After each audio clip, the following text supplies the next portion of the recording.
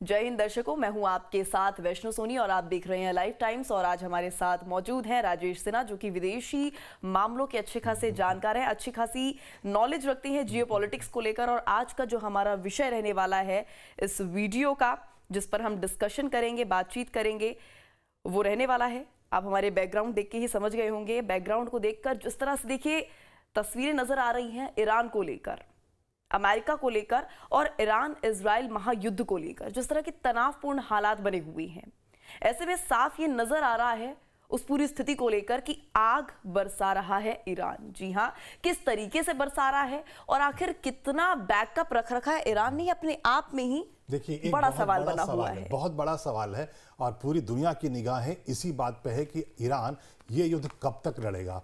America और Israel जब इन्होंने ये स्ट्रेटजी बनाई होगी कि वो हमला करेंगे और ईरान पे हमला करने के पहले जो उन्होंने पूरी प्लानिंग की होगी, तो सबसे पहले दो बातें उनके सामने आई होगी। पहला तो ये कि ईरान अगर पलटवार करता है तो वो किस तरह का करता है। ईरान के पास परमाणु बम है नहीं, और ये जो पूरी की पूरी जो लड़ाई चल रही है वो इसीलिए चल रही है कि ईरान परमाणु बम ना बना सके। लेकिन वैष्णो, ईरान के पास मिसाइल्स का जखीरा है, उसके पास 2000 किलोमीटर तक मार करने वाली घातक मिसाइलें हैं, उसके पास ड्रोन्स है। और आज के ज़माने में जो युद्ध लड़ा जाता है वो आमने सामने की अब लड़ाई नहीं होती है। पहले तलवारों से लड़ाई होती थी, बाद में बंदूकों से लड़ाई आमने सामने होती थी, लेकिन अब मिसाइल्स और ड्रोन्स मारे जाते हैं और काफ़ी दूर से मारे जाते हैं। तो जब ये स्ट्रेटेजी बनी होगी और जब ये फैसला होगा कि हम ईरान पर हमला कर देते हैं, तो सबसे पहले डोनाल्ड ट्रंप ने और बेंजामिन नेतन्याहू जो प्राइम मिनिस्टर हैं इजराइल के, उन्होंने पहले यही सोचा होगा, असेसमेंट किया होगा कि आखिर कितने मिसाइल्स और ड्रोन्स हैं ईरान के पास, ये जो लड़ाई है वो कब तक चलेगी। लेकिन जितना उन्हें उम्मीद था, जितना हमलों को भी लग रहा था, उससे ज्यादा बड़ा और भयानक पलटवार ईरान ने किया। देखिए, हुआ ये था कि परसों सवेरे 8:15 पर यह हमला होता है ईरान के ऊपर। ज्वाइंट ऑपरेशन होता है अमेरिका और इजराइल का, और वो हमला कर देते हैं। और जो ईरान के जो सुप्रीम लीडर अयतुल्ला खमनेई थे, उनके साथ साथ पूरी की पूरी सरकार को उन्होंने मार डाला। लेकिन उसके बाद जो पलटवार कर रहा है ईरान, 24 घंटे वो मिसाइल्स बरसा रहा है। कहां बरसा रहा है? वो अमेरिका के मित्र देशों में जो अमेरिका के जो एयर बेसेस थे, जो नेवल बेसेस हैं, या अमेरिकन जो एसेट्स हैं, उन जगहों पर बरसा रहा है। और आपको ये जानकर हैरानी होगी कि 8 से 10 ऐसे देश हैं जो अमेरिका के मित्र देश हैं, वहां पर अकेला ईरान वहां गोले बरसा रहा है, मिसाइल्स बरसा रहा है, बमबारी कर रहा है ड्रोन से। और इसीलिए हमने अपने बैकग्राउंड में यहां पर पीछे लिख रखा है, आग बरसा रहा है ईरान, फंस गए हैं डोनाल्ड ट्रंप। बिल्कुल राजेश जी, यहाँ पर ये भी जानना चाहूंगी, देखिए मानने वाली बात है, ईरान अकेला कितने देशों पर लगातार बमबारी जारी है, तस्वीरें हम भी देख रहे हैं, रोके नहीं रुक रहा है। बिल्कुल स्थिति कुछ इस तरह की नजर आ रही है। ऐसे में आपके अंदाजे से, आपके हिसाब से अनुमान अगर लगा के चलिए, क्योंकि देखिए भविष्य का गर्भ में क्या है वो तो किसी को भी नहीं पता। ये युद्ध कितने दिन लेकिन तक हाँ, लेकिन क्या लगता है, आपके मन में सवाल यही आ रहा है जी, ये युद्ध कितने दिन चलेगा। तो मैं अब सबसे पहले आपको थोड़ा पीछे लेकर चलता हूं, मैं याद दिलाता हूं आपको यूक्रेन के युद्ध का। यूक्रेन एक छोटा सा राष्ट्र है, बिल्कुल छोटा सा राष्ट्र है, और उसका जो युद्ध चल रहा है वो महाशक्तिशाली सुपर पावर रशिया के साथ चल रहा है। और 4 वर्ष हो गए हैं। 24 फरवरी 2022 को व्लादिमीर पुतिन जो राष्ट्रपति हैं रूस के, उन्होंने हमला किया था यूक्रेन के ऊपर। और 4 वर्ष हो गए, एक छोटा सा राष्ट्र अपनी लड़ाई लड़ रहा है, और जो रेजिम चेंज करने की जो बात कह रहे थे पुतिन, वो नहीं हो पा रहा है। तो अब सवाल ये है कि आपको भी लग रहा होगा कि आखिर यूक्रेन हार क्यों नहीं रहा है जब रूस से लड़ाई हो रही है। तो रूस के जब रूस ने हमला कर दिया, तो यूक्रेन के पीछे कौन खड़ा है?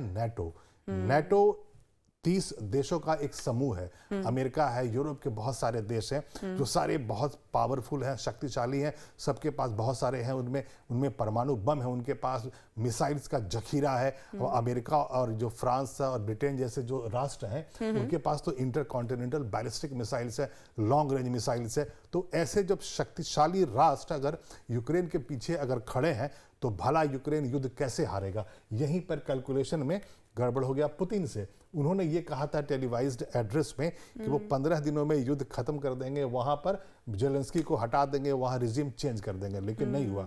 तो अब अगर हम आते हैं ईरान के युद्ध पे, जो आपके मन में जो सवाल उठ रहा था ये युद्ध कब तक चलेगा, यहां पर अब असेसमेंट जो किया होगा पहले अमेरिका ने, इजराइल ने, और जो लग रहा है पूरी दुनिया को, और जो लोग इंटरनेशनल अफेयर्स में या सिक्योरिटी अफेयर्स में जो इंटरेस्ट रखते हैं, उनको ये पता है कि पूरा का पूरा जखीरा है, पूरा स्टोर किया हुआ है, बहुत सारे खतरनाक मिसाइल्स हैं ईरान के पास।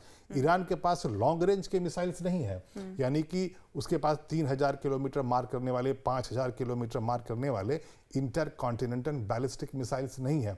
लेकिन जो भी उसके पास जो मिसाइल्स हैं वैष्णो, वो 2000 किलोमीटर तक जा पाते हैं और बहुत ही घातक मिसाइल्स हैं, बर्बादी लेकर आते हैं।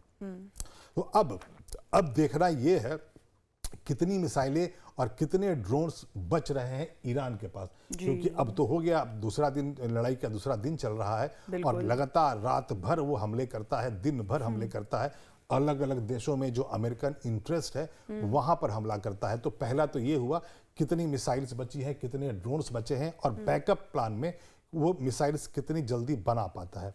दूसरा, उसके मित्र राष्ट्र उसका सपोर्ट कैसे करते हैं। अगर मैं मित्र राष्ट्र की बात करूं तो दो बड़े देश हैं जो उसके मित्र राष्ट्र की श्रेणी में आते हैं। पहला तो चाइना है और दूसरा रूस है। जो छोटे छोटे जो मिलिशिया ग्रुप्स है, जिसे हम प्रॉक्सीज कहते हैं, जैसे हमास है, हिजबुल्लाह है, हुतीज है, वो जो लड़ाके हैं वो तो उसके साथ होते ही हैं। बाकी और भी कुछ ऐसे जो इस्लामिक कंट्रीज हैं वो उसके साथ आते हैं, लेकिन उनमें इतना शक्ति नहीं है, उनके पास इतने मिसाइल्स नहीं है, बम नहीं है कि वो उसकी मदद कर पाए। तो कुल मिलाकर जो बात सामने आती है वो चाइना की आती है। चाइना कितना सपोर्ट करता है। अगर आर्म्स एंड अम्युनिशंस, मिसाइल्स, ड्रोन्स अगर चाइना सप्लाई कर रहा है तो आगे कितने दिनों तक करता रहेगा। और चाइना अगर ये डिसाइड करके बैठ जाए कि मैं ईरान को हारने नहीं दूंगा, तो चाइना, रूस और भी बहुत सारे ऐसे देश हैं जो उसकी मदद करेंगे, और जब मदद करेंगे तो आर्म्स एंड अम्युनिशंस की सप्लाई करेंगे, उसे मिसाइल्स देंगे, उसे ड्रोन्स देंगे, और उसके बाद ये लड़ाई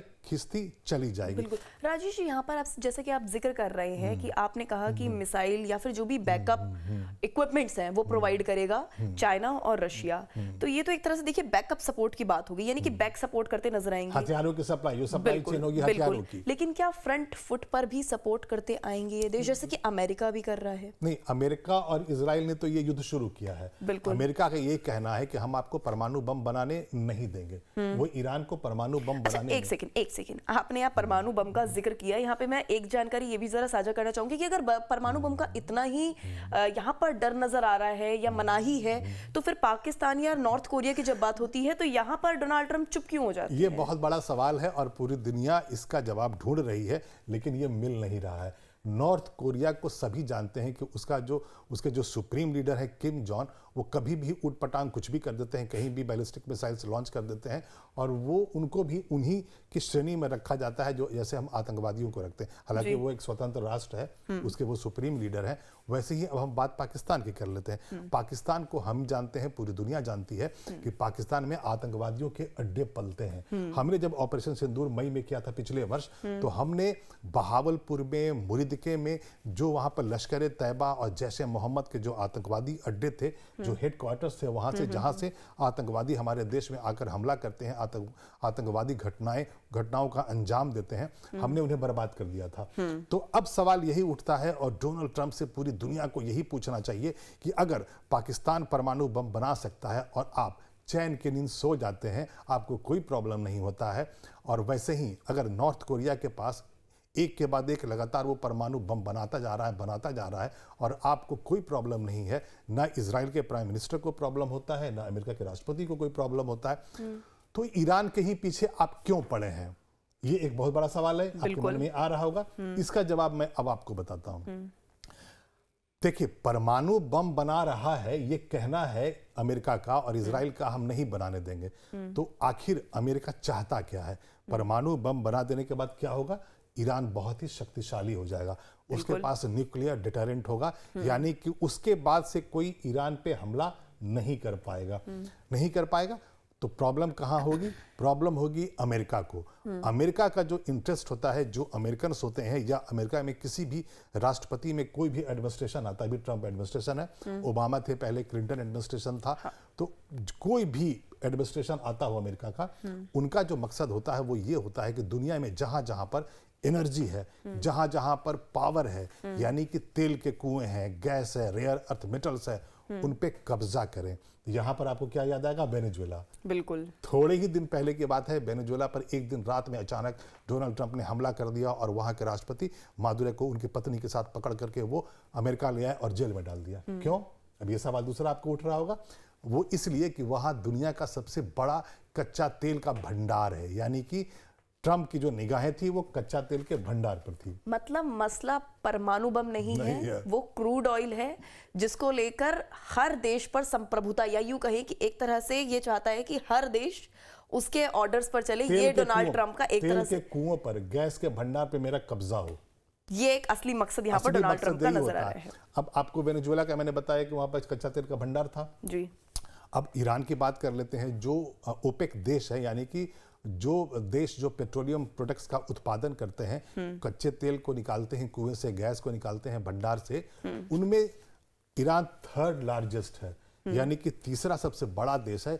यानी कि सबसे ज्यादा जो तीन जो देश हैं जो हर दिन ऑयल निकालते हैं, कच्चा तेल निकालते हैं, तो उसमें ईरान प्रमुख है।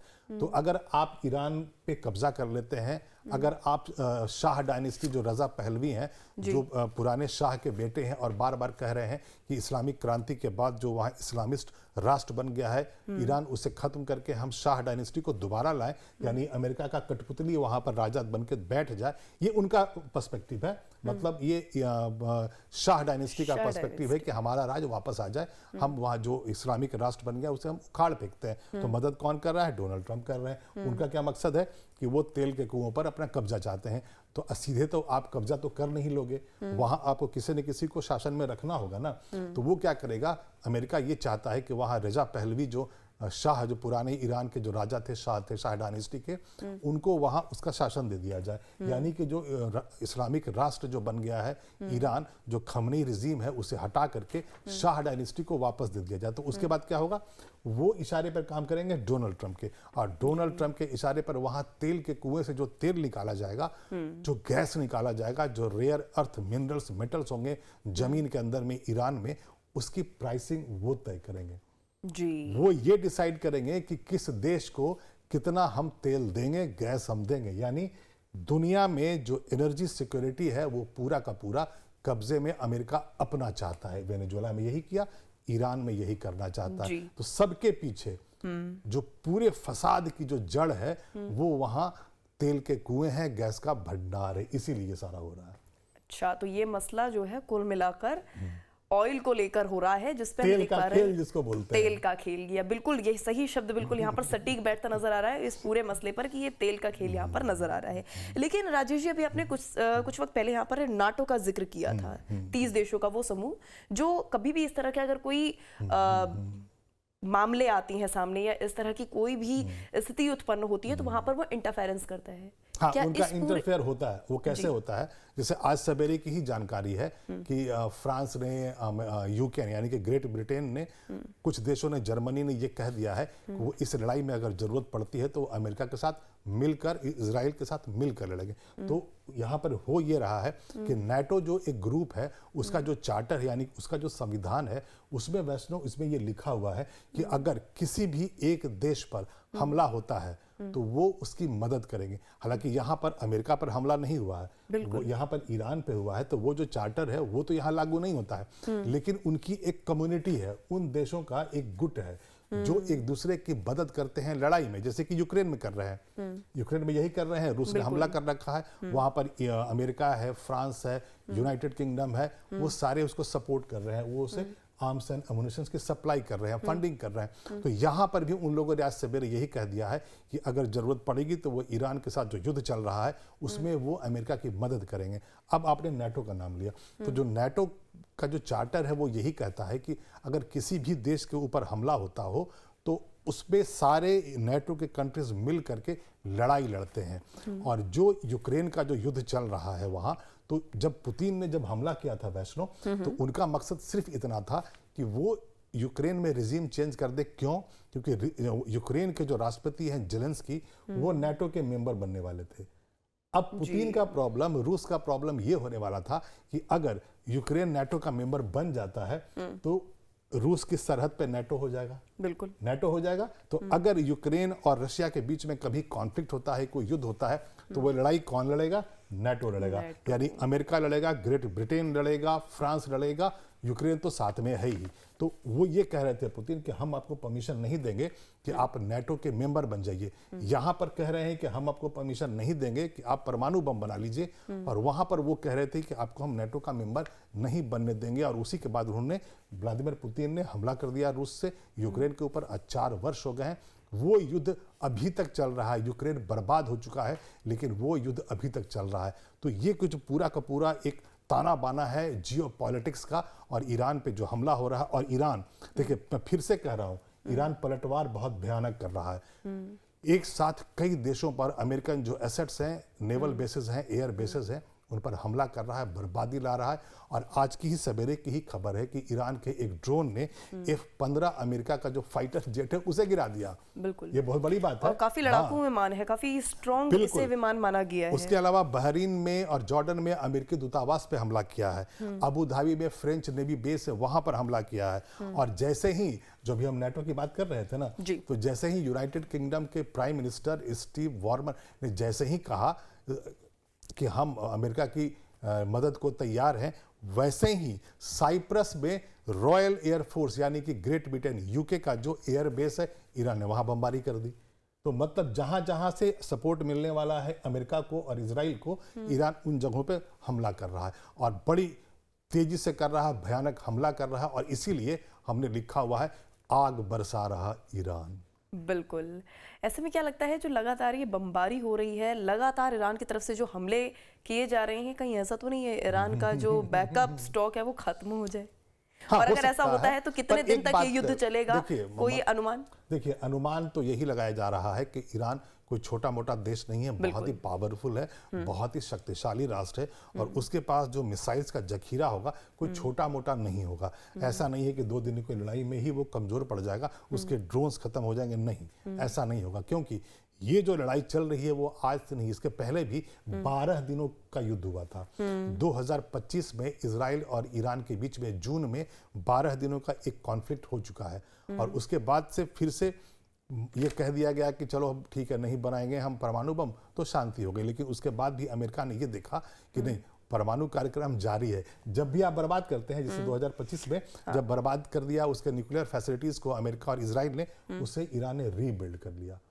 तो रीबिल्ड कर लिया, जो सैटेलाइट के जो इमेजेस आने लगे, तो ये पता चल लगा कि वो परमाणु बम बना रहा है। उसी के बाद से ये पूरा का पूरा जो फसाद शुरू हुआ है, इस बार जो हमला हुआ है, जो रिजीम चेंज करने की बात आई और अयतुल्ला खमनी को उसकी पूरी सरकार के साथ मार दिया गया, ये उसी के बाद का फैसला है।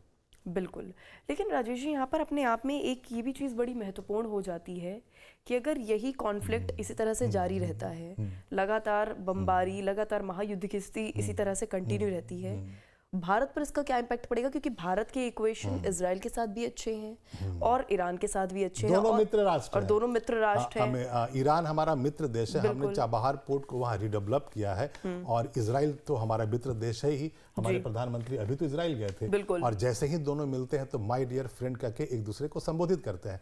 तो हमारे रिश्ते दोनों से बहुत अच्छे हैं, गर्मजोशी से हम दोनों से बात करते हैं, रिश्ते रखते हैं, व्यावसायिक रिश्ते रखते हैं। और इजराइल से हमारा एक और रिश्ता है। जब हमने ऑपरेशन सिंदूर किया था, यानी कि हमें जब आर्म्स एंड एमुनिशंस की जरूरत पड़ती है तो हमें इजराइल सप्लाई भी करता है। तो हमारे रिश्ते दोनों से बहुत अच्छे हैं। अब आपका कहना है कि भारत पे क्या असर पड़ेगा, तो जो असर पड़ेगा वो भारत पे ही नहीं पड़ेगा, पूरी दुनिया पे पड़ेगा। कैसे पड़ेगा? ईरान क्या करेगा, जो ट्रेड रूट्स हैं उनको बंद कर रहा है। बंद करने से क्या हुआ कि जो जहाज हैं, जो पानी के रास्ते, समुद्र के रास्ते से जो गुजरते हैं, वो उन्हें ब्लॉक कर रहा है।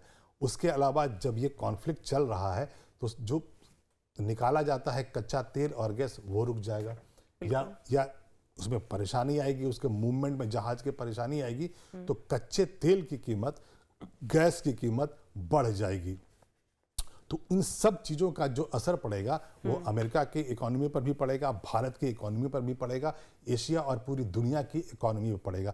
तो जो अगर ये युद्ध शुरू हुआ है, अगर ये चलता रहेगा ना, तो इकोनॉमी पे असर पड़ेगा, सबकी जीडीपी पे असर पड़ेगा। क्योंकि एक तरफ अमेरिका यानी डोनाल्ड ट्रंप की अगर बात करें तो वो टैरिफ लगाने की बात करते हैं, वहीं दूसरी तरफ इस युद्ध से अगर रिसोर्सेज की बात करें, मिनरल्स की बात करें, तो उनमें भी कहीं ना कहीं कटौती आएगी। तो इसका मतलब पूरे वैश्विक स्तर पर इसका असर दोहरी मार पड़ेगी। बिल्कुल दोहरी मार पड़ेगी। एक तरफ तो मिलिट्री आप वॉर कर रहे हैं, तो दोनों देशों को असर पड़ रहा है। ईरान में बहुत ज़्यादा वहाँ पर ये गोले बरसाए जा रहे हैं, और ईरान जो हमले कर रहा है, जो अमेरिकन एसेट्स पे कर रहा है, दुबई पे कर रहा है। दुबई में कोई एयरबेस नहीं है अमेरिका का, दुबई में कोई नेवल बेस नहीं है अमेरिका का, लेकिन दुबई पे बार बार ईरान हमला कर रहा है, और बड़ा घातक हमला कर रहा है। स्थिति तो इतनी खराब हो गई थी कि बुर्ज खलीफा के पास ही एक ड्रोन, एक मिसाइल आ गया था। कारण उन्होंने दुबई पे हमला किया और बुर्ज खलीफा पे हमला किया होगा, लेकिन ये अच्छी रही किस्मत दुबई की कि बुर्ज खलीफा को उसने हिट नहीं किया, थोड़े दूर पर गिरा।